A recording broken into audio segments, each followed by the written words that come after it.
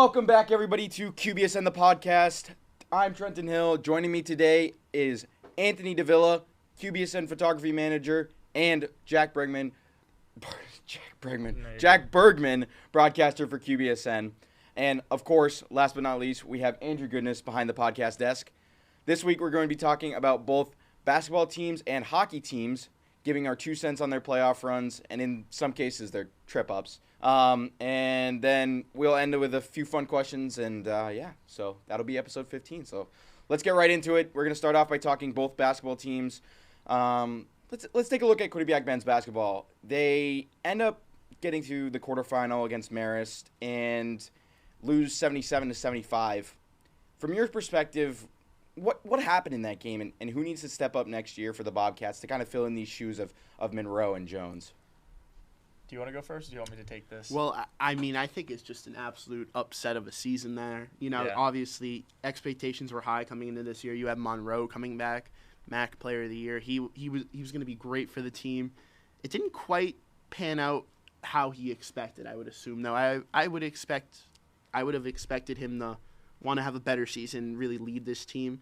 He kind of split touches with Jaden Zimmerman and Asim Jones, who really jumped into the lineup and had a really good season from FAU.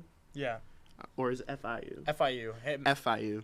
Yeah. He actually used to play, too. It was not him. It was Nate Garangamba, who was also a really defensive starter, who also plays alongside Asim Jones, actually played in college with Amari Monroe at the beginning of their careers. So they kind of had that chemistry there. But, yeah. I mean, you look at what you want in a March Madness team. You want a really depthful team. You want to be able to roll 7 to 8 guys. And I feel like this Quinnipiac team really could have done that confidently.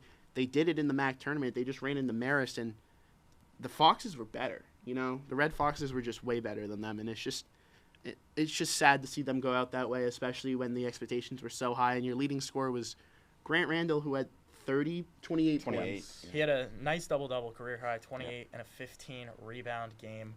I would say really the biggest things going forward is just you want better efficiency out of Jaden Zimmerman. He started off the season very strong. He was a really good player. And then in this game, he kind of just petered out. He went 2 for 11, 0 for 4 from the three-point line. And this team is really going to be driven through 2 offensive engines next year, and that's going to be Jaden Zimmerman, Grant Randall, the 2 of them. And then if you have a little bit of scoring coming from Keith McKnight, who already recommitted and said, I'm back. He already posted an announcement, so he's going to be back next year. Well, my thing is you don't know if Zimmerman's going to come back. Exactly. He had this whole thing in the offseason where he was thinking about transferring. Then Amari Monroe was transferring. Then Amari Monroe was like, no, I'm coming back. So Jaden Zimmerman doubled down with his boy, and then he came back. But now it's Jaden Zimmerman's team to lead if he wants to stay here. But obviously, the way that college basketball is, there's so much money on the line. There's so much things in NIL where you could bump up to a better team and get paid a lot more money than you can at a mid-major school. So it's going to be interesting. Yeah. The last player I feel like is flew under the radar this year. He's going to be someone who's very important next year if he can stay healthy. At the beginning of the season, Sam Nosakar, he was the other center who was going to play with Spence Wayway, and then he got really hurt, and he had a really bad leg injury. So he wasn't able to play a lot of the season, and towards the end, Coach Pecora kind of still had him on a minutes restriction just because he already had an established team. If it ain't broke, don't fix it. So there's no reason to throw in Nosakar like that. So I'm interested to see how Nosakar can do next year, next to Spence Wayway. Maybe get a couple double big formations in there, and then just once again those strong wings: Grant Randall, Jaden Zimmerman, Keith McKnight. Those are the guys that Coach Pecora loves to roll out, and hopefully they'll have improved efficiency next year, and they'll be able to maybe go on a run. Yeah, I definitely think that NIL is got to be huge. I think that's, you don't know who's staying. I mean, bombshells keep dropping here. Exactly. They keep dropping here in the college world, consistently. So you never know who's staying, who's going. And I think that, Grant Randall, he picked it up at the end of the season here, especially heading into before, playoffs with a couple of those games there at the end. And I think that's what we're seeing with a bunch of these Quinnipiac teams is, sustained offense and sustained defense. And I think that's been the thing all year with these Quinnipiac teams is that finding that consistency in their game, because everybody sees them, everybody knows them for what they are, and they have so much talent. And so going on to that, looking kind of at the women's basketball side of things, a very talented team. And obviously, before we get to everything, there's a giant elephant in the room, and that is head coach Trisha Fabry will be retiring at the end of the season after being the head coach for 31 years, which is insane. I mean, that's almost twice the amount that I've been alive. So to put that into perspective, for me at least, what was your guys' reaction when this dropped, and how and who do you replace the GOAT with, right? Like, what do you do? I actually have a pretty funny story about when I saw the Trisha Fabry news. I was waking up in the morning. I was in the shower. I hop out the shower, and in the QBSN group chat, Adam Shamim breaks the news to me, and I look at it and I go, "There's no way." So then I take right to Twitter and I'm like scrolling, and I see the whole video and I'm like, no. Yeah, no, I didn't find out through the Adam Shamim, I guess Adam Schefter style bomb in the QBSN group chat. Shamim bomb right there. Shamim bomb. But I found out right beforehand and then shortly after I saw his post. Obviously, Coach Fabry, incredible career.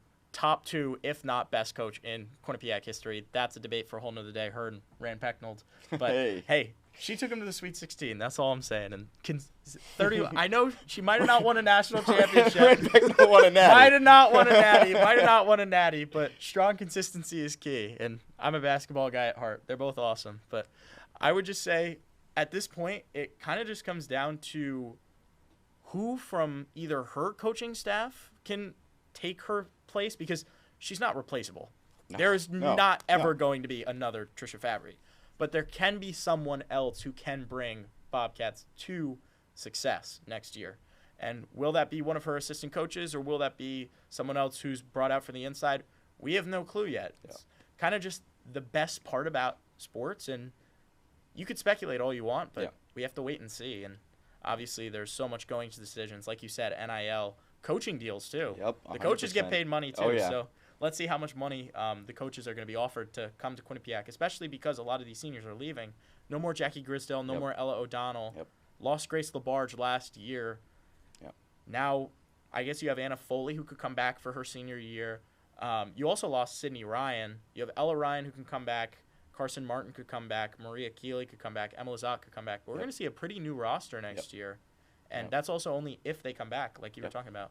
I mean, you want to talk, like, people who could potentially take her spot. I've heard a lot of things about maybe Carly Fabry stepping up and taking her spot. Definitely. Her daughter, she played under Trish, and it was a really good, heartwarming moment where you saw in the video where Carly was coming off for her last time in her senior year, and Trish gave a hug, and Trish's husband, Paul, was there, and he was crying, and it was really, really wholesome. But the bigger question for me is, Trish is walking away.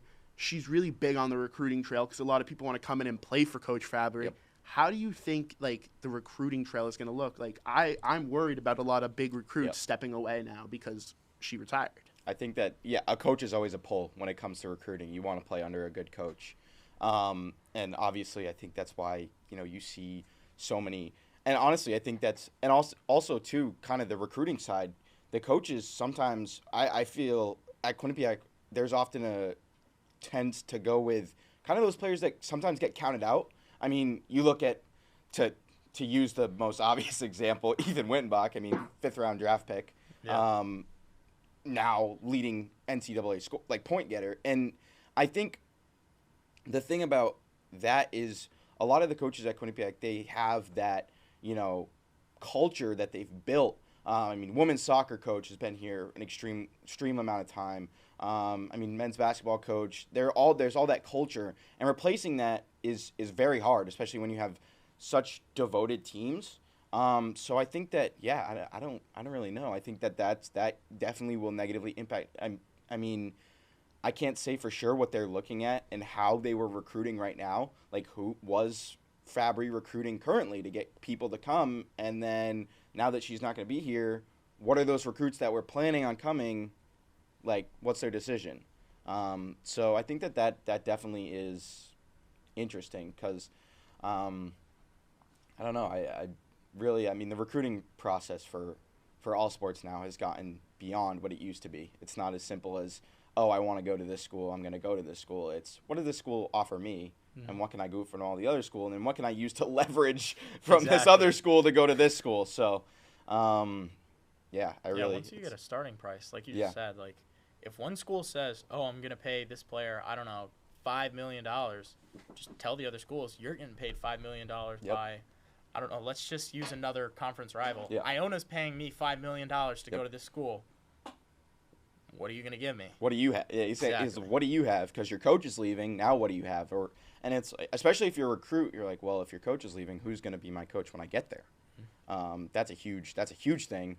And that's why you see with football, a lot of people leave if there's a commit and a coach leaves, they leave, or they go to that school that the coach was going to. You saw that a lot with Penn State this year, where a lot of people flipped to Virginia Tech. You also see that professionally, too. Like, you see when John Harbaugh moved to the Giants, you see how many former Ravens are on the Giants now. Same thing with Mike Vrabel to the Patriots. He flipped Harold Landry, and a lot, like Robert Spillane played under him. A lot of people went to the Patriots because there was a coach, and he brings in culture and history and his whole sense of prowess. And Trisha Fabry, no doubt, has done the same thing over 31 years. So from that perspective, though, does Quinnipiac go and get someone who's maybe looking for a job as a coach who has that reputation that can bring players in and do that, or do they stick with the same culture? Now, that's where it gets kind of difficult, because you obviously have, the Fabry's daughter, who's currently a coach, and can continue that 100%, because it would almost be like, oh, I can just call my mom if I need help with the culture, in a sense. Or do they bring in someone who can continue to bring in those people, and that people currently on the team would want to play for as well, and buy into that culture? Because a lot of team sports is buying into a culture, and that's how you get your successful teams. And you'll see in all the documentaries, we bought in. So who are you going to get that can get your players to buy in is really the question. Yeah, and someone who might be able to do that is, not only does the women's basketball team have assistant coaches, they already have an associate head coach in William Sullivan. So he's someone who was a really strong presence on the court. He helped draw up a lot of plays on the offensive side of the ball last year, and he's just been someone who's been very helpful to the Fabry-led coaching staff. So he's someone who could potentially step up if you want someone in-house. But like you said, you could also bring in people from outside. The one thing I will say is, I know we're talking all this about, it might not work now that there's no more Coach Fabry or stuff like that.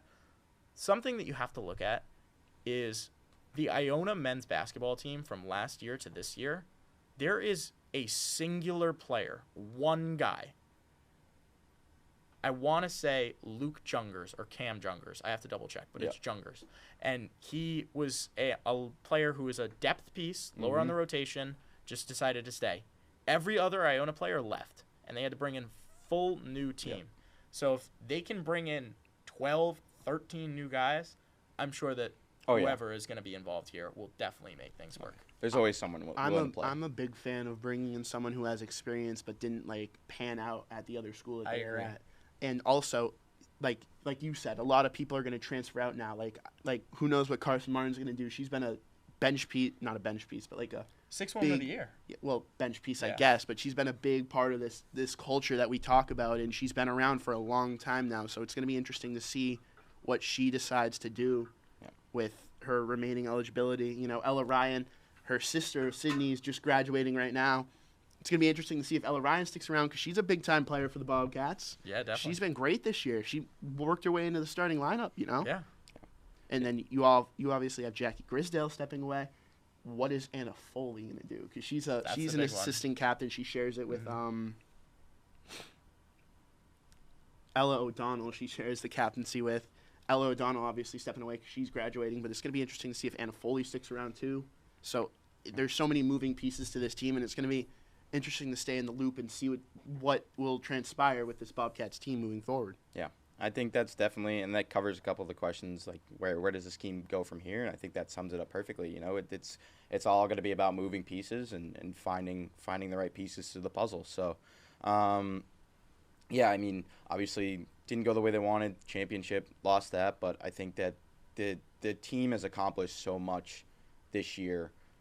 Once again, and I think that that can't be understated. And they're currently at the WBIT right now, as they were in auto lock, and so they're going to face George Mason. And that's also why Pat isn't here today, because he is covering them. So yeah, I think that kind of sums up basketball, and obviously, it can't be understated, how good of a coach Fabry was, and how that she's left her mark here 100%. So, yeah. So with that being said, let's move into ice hockey. We'll talk a little bit about men's and decent amount about women's, because they were very successful, and obviously men's selection Sunday is this week. So not too much right now in terms of that people haven't already heard. So obviously women's ice hockey wins the ECAC for the first time since 2016.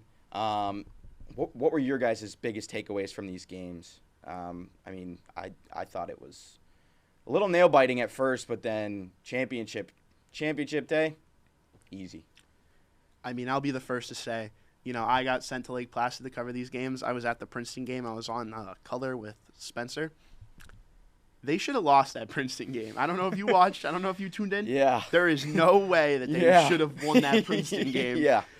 It was 1-0. They were leading for a better part of the game. They go into the third, They're just getting absolutely shelled in their own zone. Yeah. And Felicia Frank is standing on top of her head. They knock one in. What? Once again. Obviously. Once again. If she's not standing on top of her head, they're not winning. Yeah. And, they're getting absolutely shelled in their own zone. And Princeton's just knocking on the door. And it was I said it on the broadcast, it was a bend, don't break mentality there at the end of that third period, and they did. And then they go into the locker room, it's just, you're in Herbst Brooks Arena, you need an overtime goal. It's going to be a historic one if it happens. Oh, yeah. It's the first ever women's ECAC championship or like semifinal and championship series that's going to be held up in Lake Placid. And they go out, and Avery Barros just pots one in, and it was insanity, and they should not have won that game. If I don't know if you tuned in. I don't know if you were watching that game. It nail biting. Felicia Frank continues to amaze me with how resilient and how composed she is in net. Obviously, a lot of people here have played hockey. I played hockey for a long time, and I played the goaltending position. And as a fellow goaltender, you just sit there and you're like, wow. And I know goaltending may be talked about more on the men's side of things, but when it comes to the women's side, everybody knows, that's who's your like person. Like, I think it's indescribable the amount that, she does when she's in the net and kind of continues to impress. And the fact that she's also staying here is what you want in a goaltender. That loyalty and knowing what she has here as well is also extremely cool to see. Well, I think it's a good thing that you don't have to talk about goaltending for the women's side, because it's so really good. Yeah. And you look at the men's side, the only reason we talk about goaltending is because you have a 1-2 combo, and they're very streaky. Yep. One of them can get really hot. One of them can get really cold. One of them could let in some bad goals. It depends on the night that you get out of them. And going away from the men's team, because we're talking women's here still. Yep. Going into the Yale game, Felicia Frank just took all the momentum that she gained from the Princeton game and just absolutely shut the door on the Bulldogs. There were some saves there where we were like, oh my God, how did she do that?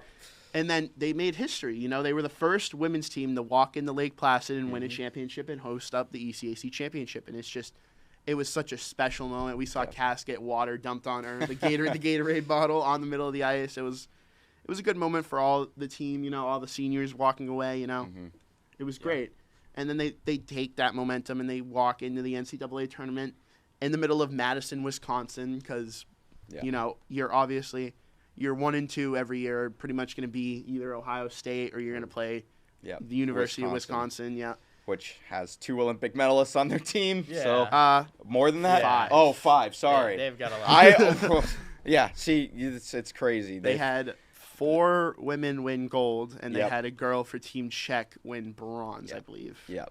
Yeah. So they had 5 people at the Olympics. I didn't even know they had 5. I knew the top 2 because they're kind of the 2 top that are in terms of got playing time in those games. I obviously Caroline Harvey is a tremendous hockey player, and Layla Edwards is also very great defensive player. So yeah, I mean that one was kind of you're gonna go up against this team, but it would be no different if they made it to, say a Frozen Four. You're going to be going up against a team that's just as good as a Wisconsin, if not better. Well, they played Franklin Pierce first, and that Franklin Pierce team, you got to look out for them in the future because they've been really good.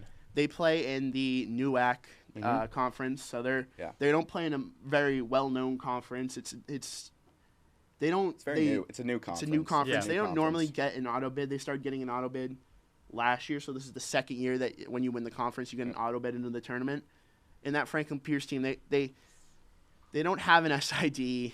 They started as a Division II team. Funny enough, that's where I'm from, is right around Franklin Pierce. So yeah, they started as a D2 team in the NE10 when that was a thing for women's ice hockey, and then that kind of dissolved, and a bunch of those teams ended up going to NUAC, that conference. So and we were doing a little research on them before the game. They couldn't even fill up the Wisconsin arena if they had every student in attendance there. Every single student in attendance, they wouldn't be able to fill up the arena. Not the big one, the little one, the women's ice hockey arena. Wow. They can fill up LeBon. Great state of New Hampshire, yes? Yes, the great 603. That's up there. Yep. Their goalie played absolutely phenomenal that game, Jill Hurdle. Yep. She shocked me more than Felicia Frank did in this entire playoff run there. She was making saves that I was just, like, some of the greatest saves I've seen with my own two eyes in person. Yeah. You look at NHL goalies make saves on TV, and you're like, how did they do that? It's crazier in person when you see her fly post to post, left to right, and get a blocker on a shot. It just insanity. And obviously, then you play Wisconsin, and you're playing like there's different like, tiers. It's definitely different. It's like the Olympics 1980. You're Team USA. You're walking in, and there's Russia. 4 gold medalists. You're done. Absolute insanity. Their starting goalie on Wisconsin, Ava Nodden, rode the bench for Team USA at the Olympics, but she still sat there. She played phenomenal. It was insanity. If the PWHL draft didn't require people, to play 4 years of college, I think it'd be a completely different story too. Exactly. And I mean, honestly, LaMarche would probably be there, and Harvey and all of them would be there. So I wonder if that'll change. But other than that, I think that's. We were like we did the research on the game. We were looking into the history.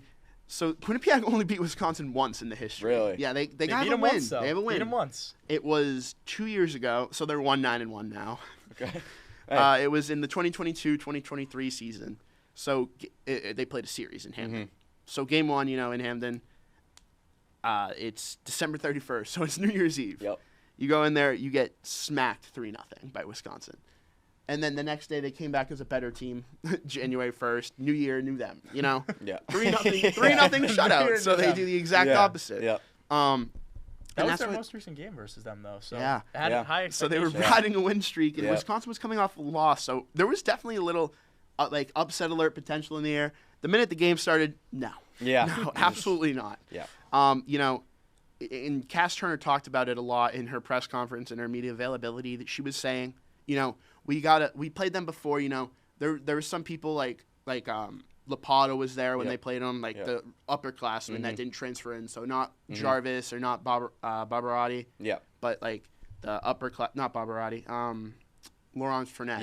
Yes. She came over from Clarkson about 2 years ago, I want to say. And she was talking about, we need to play like the day 2 team. We can't play like that day 1 team on New Year's Eve. We need to come in and we need to play like the day 2 team. We need to make adjustments in the game. And they made some adjustments that just didn't work. Yep. And did you know Lila Edwards plays forward and defense? No, I didn't, but that makes sense. She slotted in as a forward in the Quinnipiac game. That makes sense. And let me just say, she is all of Wisconsin, tall. Yeah. They're all tall. Yeah. They outsize, outpower, Her especially though, she's very tall. Yeah. She's very tall. I was looking at her and I was like, hello. Yeah. You compare her to the tallest Quinnipiac player, and she's got 3 inches on her. Exactly. Yeah, and it's not even like it's a lanky tall. It's like it's muscle just, mass. It's just big. Completely outside. It's absolutely insanity. What what are you What are you feeding them over there? What are your training routines? And how can we transport it to Hamden, Connecticut? Also, like, their facilities is just amazing. Oh, yeah. Like, going to their press room. That's what having a football team does. They have a tunnel from one arena to the other arena. Oh my and gosh. It's just insanity. You walk down there and you see like all the history on the walls. You see all their Hobie Baker winners, their Big Patty Ten money. Kaz. Yeah. That's that Big Ten money. NIL That's coming that Big Ten money. That's that Big Ten money. I was shell shocked walking through. It was just insanity. Yep. It was like walking in like the like a Big Ten school or like an SEC school. I felt like I was like, whoa. It's like, I was whoa. taking it all in. It's You could see like their hot tub baths and all that. Oh yeah, just extra hot tubs, cooling Oh, tubs. No, it was insane. They had ice dining bath. halls in the basement under the arenas. They had dining halls, and oh my god! It was, and then you walk in, and the tunnel leads to the Kohl Center. Do you know that's where the men's team plays, that's where the women's team plays, and that's where your men's ice hockey team plays. And we walk in, and the Kohl Center doors were open, and I walk in, and I'm like, It was the size of an NHL arena. Yeah. It's absolutely insane. I can't imagine that thing packed. It's got to be insane. It's, I mean, the women, They have so many students. their still women at team, the university. oh my god. One of the biggest universities ever. How packed was that arena when you were the there? women's team? Yeah. It was sold out. Oh it was sold, but it's not a big barn. It's 2,000, 3,000, I want to say max. Yeah.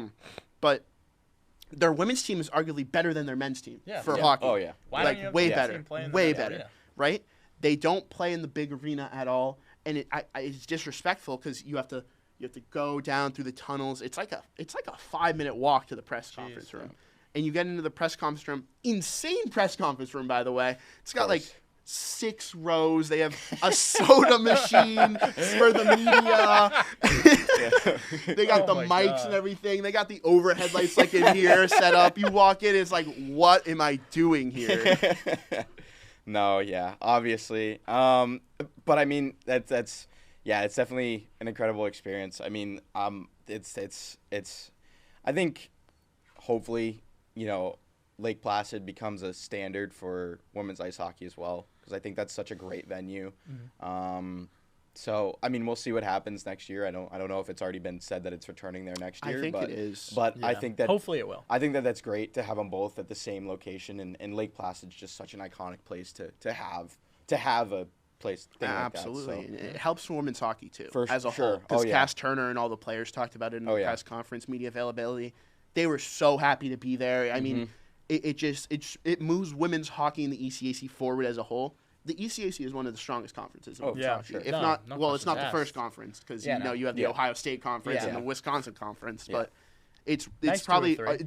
it's probably the 2, and then it helps them so much, and they talked about it and they praised it, and they were like, they're so excited to be there, and they were a part of history. Yeah, hoping to get there next year for me, but we'll see what happens. So obviously we'll take a little look at men's. I mean, obviously Selection Sunday's coming up, and Clarkson. My God.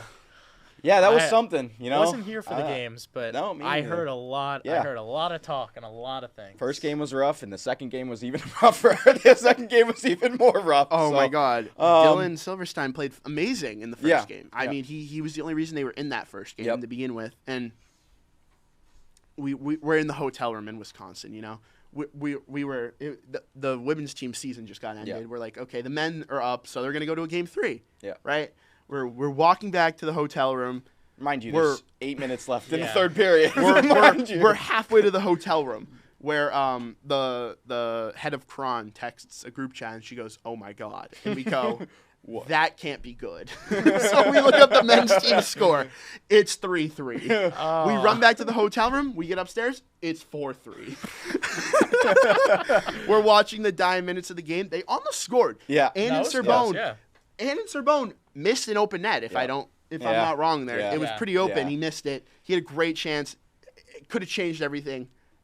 Absolutely awful way to go out and lose a game 2 in a series where this is the first time in, I want to say it was 5 years. I did the research yesterday. 5 or 6 years that they haven't made it to Lake Placid. So, I mean, absolutely insane to not make it in the first place. And the way that it happened was insane too. Yeah. They gave up 2 shorthanded goals in a minute and 20 seconds. And we've been talking about this all year. Discipline with this team. Exactly. I mean, discipline in the penalty kill when it comes to big games like that. And from the beginning of the year, from episode 1, that was one of the first things that I had brought up was this team's just got to be a little bit more disciplined. And Rand said it. I mean, they've all said it. I think it's just there's this struggle sometimes when you're in the game and there's all this emotion going on, where as a team you get caught up and you're playing hard, especially when a 3-1 game, 2-goal lead. It's tough sometimes. You get that 3-goal lead, worst lead in hockey. After 1 goal goes in, the rest start coming in. So I think that it's definitely tough, and you can't understate the fact that Clarkson, being a team that people didn't really expect, came out and did what they did. But I think people definitely expect more from a team that's won the last 6 straight Cleary Cups. Exactly. And hasn't won, though, an ECAC tournament after winning these Cleary Cups 6 straight times. You almost start to wonder, maybe we let someone else win the cup next year so we can win the ECAC tournament. But obviously you want that number 1 seed. Yeah. It's the curse. It seems like a curse. You know the what I mean? last time they haven't made it to Placid was the 2018 to 2019 season, where they got swept in a series against Brown. Yeah. So that just goes to show how long it's been since they haven't been in a position to compete for the Cleary Cup in a 1-game series. Yeah. Great consistency. Like, this team has just been one of the most consistent teams in Quinnipiac University history. Oh, yeah. And, just men's ice hockey has been obviously a pillar of this university. Yeah. The fact that students come here just for the team, hockey, yeah. Literally just for the hockey team, just shows how strong this team has been and how strong this team is. And even if they have lost, there's still a chance and the hope of a lot of students here on campus that they will make the national tournament and that they will get a chance to potentially try and make it back to the Frozen Four and continue to go on a little bit of a run. Obviously, I know we were talking earlier about the streaky goaltending, but there's also a lot of other stuff that went wrong, and it's not just the goaltender's fault. Like you were talking about, Dylan Silverstein was playing incredible in the first game. He was the only reason they were in that game, like you just said. But he couldn't put the puck in the net, too. Exactly. I mean, it just comes out of the scoring. It's you either you struggle to score, or your goaltending struggles, your defense struggles. You give up a lot of high danger opportunities. You can't win when you're struggling in one component of the game. And I know you said you played goalie. Yeah. My question for you would be, would you look to play Marinov, or would you look to stick with Silverstein? See, for me, Because I know he gave a bad one. The fourth goal in the game 2 was pretty bad. Yeah. Just squeaked right by him. I 5-0. think, did Marinov play? No, he didn't play they either. didn't play either. No. They not at only all. played with Silverstein this weekend. Yeah.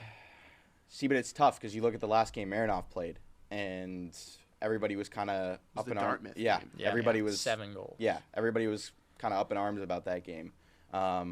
So I think that's a decision where if I'm a goaltender and I've played well in the past 2 games, I would hope that I get that look. But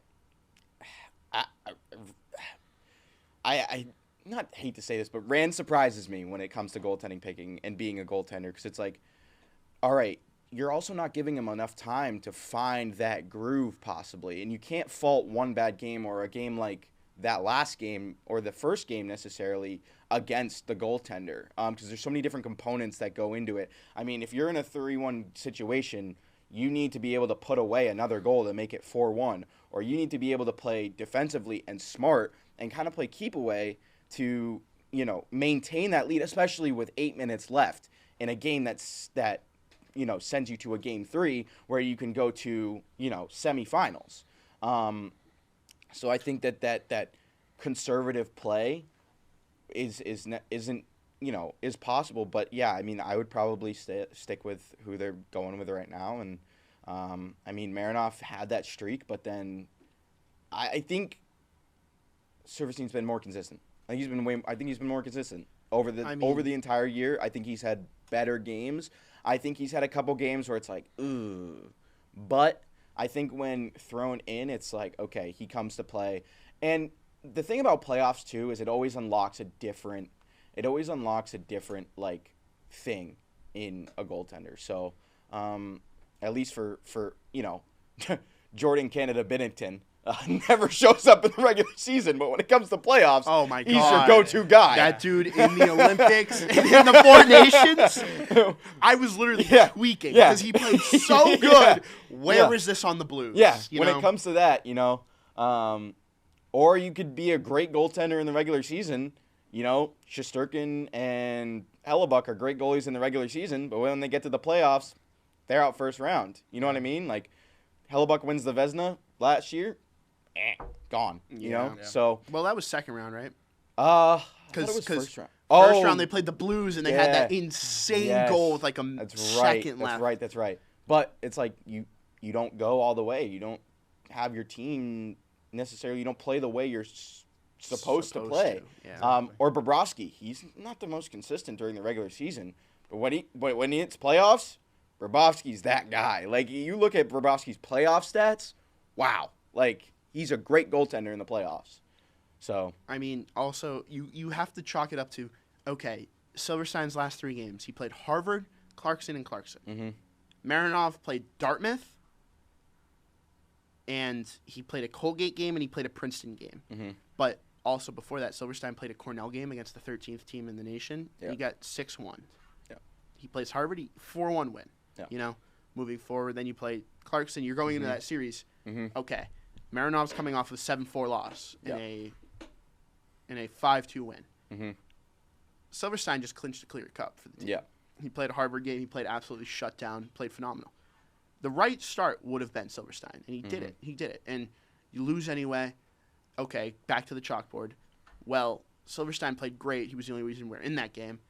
Last time I went to Marinov, 7-4 loss to Dartmouth, which is another ranked team nationally, but you go, okay, I'm going to stick with Silverstein. Yeah. And how about that turnover on the blue line from Marcellus? Yeah. I don't know if you saw that. That was the biggest that might have note been for me. one of the worst turnovers I've ever seen. Turnovers has also been a thing. I mean, turnovers, it's just been, there's these streaks where they fall back into it, and then they'll get an eye opening. They'll get that first Yale game, like they'll get an eye opener, and it's like, all right, now we need to play, and so maybe it's perfect timing, it's like that eye opener. So. I mean, puck on the point, blue line. Yeah. You look down, puck's on your stick. And skate it's gone. Forward, gone. Going the other way, breakaway. Yeah. And that shot was phenomenal. Top shelf, right over the blocker. Yeah. So, obviously, that pretty much wraps up everything. Give a little quick spring sports preview. Men's lacrosse off to a little bit of a rough start. 1-7. Women's lacrosse is currently sitting at 5-3. Baseball is underway and currently 6-11 overall and 1-2 in conference play. They had an absolute stunner the other day against Yale. After being down 6-0 in the first inning, they came back to win 15-9, scoring a sweeping 11 runs in the fifth. Softball is currently 9-8 and 5-1 in conference play. Who do you think is going to be someone we're going to keep a tab on and keep it short throughout the rest of the thing? Well, women's lacrosse, Shannon Alden, the goalie, she's absolutely phenomenal. She came into the program last year. She was really great all around, and most of these wins can contribute to her. And they're on a 3-game win streak. When she's a streaky goaltender. Mm-hmm. When she gets hot, and she's going to propel this team to more wins moving forward. Yeah, and I would say I'm really interested in the baseball team. I feel like even though they started off 6-11, they still have a chance in order to continue to be very strong. I know you were mentioning 1-2 in conference play. Yes? Yeah. Yep. Okay. And Caden Williamson, first year, phenomenal. Great replacement for C.J. Willis now that C.J. Willis isn't on the team. And as a first year, you don't expect him to come in and bat almost 340. That's impressive. Yeah. He's already doesn't have any home runs, already 8 RBIs, 22 hits in just a couple of games. And he's the one leading the team over guys like Alex Irizarry, Kyle Garbowski, and James Marino. And now you get other players coming in too, like Christian and Ian Nielsen, the twins. Mm-hmm. They'll be coming in. They'll be doing a little bit more for the lineup. You've got other transfers like Jack Balser. You've just got a really strong lineup. And even if you don't have your go-to guys, you still have people on the bench and other players like Cole Constable, who's that veteran presence. And I just feel like this team has the ability for success. It's just whether Coach Delaney continues to inspire them or not. Incredible coach. Yeah. But whether this team is hungry or not, and we'll figure that out later in the season, especially when it continues to get warmer outside. Yeah, and my only concern is their pitching going down the line too. Mm-hmm. Yeah, that's definitely the biggest thing, especially because they did lose Jack Cable last year. So yeah, I think I'm interested to see what softball does. But I think other than that, I think that I'll ask you, who do you got winning both the men's and women's tournaments for March Madness? A little unrelated to Quinnipiac I don't think you sports, liked my answer. My answer is I think Florida Gators go and win it again this year, and I think on the men's side, and then I have UCLA on the women's side. I feel like the stuff that UCLA has been doing so far this season, even though UConn women's basketball, I was going to say UConn's my pick. I know. I don't see how you can't pick them. I think UCLA beats UConn in the finals. That's what it is. I think UConn is in for an upset this year. I don't know. I just have some sort of tingling. I think they're going to get upset. Spidey sense. Who knows? Yeah. Spidey sense. New movie, new trailer drop. Spidey sense. We got to get back to our Spider-Man lingo here. Yep. After the trailer, I was like, oh, something's off about this team. Well, that's the difference between men's ball and women's ball, too, is there's not a lot of upsets. If you're a 1 seed in women's hoops, if you're a 2 seed, you're not getting beat by a 16 very chalky. No. There's a very big bracket. It's like women's hockey. There's a very big drop-off from the 1 to the 10. Yep. You're only losing to another 1 seed. You're only losing to another 2 seed. You're not losing to Fairfield could beat Notre Dame, though. That's a 6 and that's a 6 and 11. So that's a possibility. You're not talking Fairfield against UConn. Oh yeah, they play UConn. They're not winning. I'm going to turn on the TV. I'm going with UConn. I'm going with UConn, and on my men's bracket. Are you going Duke? It's a hard decision.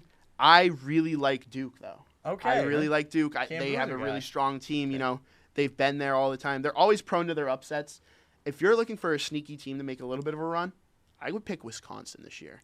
That Wisconsin men's team, led by Nick Boyd, absolute insanity of a team. They have potential for an upset. They travel well. They always have a good crowd. I think that they can give you the biggest upset possibility. Wow. I don't know a lot, but I'm definitely my men's bracket. I've got Arizona, and my women's bracket I've got UConn. So there's that. Don't know a ton, so just kind of went with either. If Wisconsin loses to High Point today, wait, I have High Point in the do upset. Not post this video. Do not post this video. High Point in the upset. I kind of just go with who's the higher seed, or if it's an 8 versus a 9, like those close seeds, I'll go with my gut feeling. Get once again the Spidey senses. And Spidey senses are tingling. I'm telling you right now. Our Spidey senses are tingling. I have High Point over Wisconsin. It's gonna happen. Our Spidey senses are tingling. LIU upsets Arizona. LIU Siena double upset. We've got our Spidey senses tingling. Fins up here at QBSN the podcast. Thank you guys so much for tuning in today. On that note, we'll see you next week. And yeah, that's about all I have for thee. See you guys.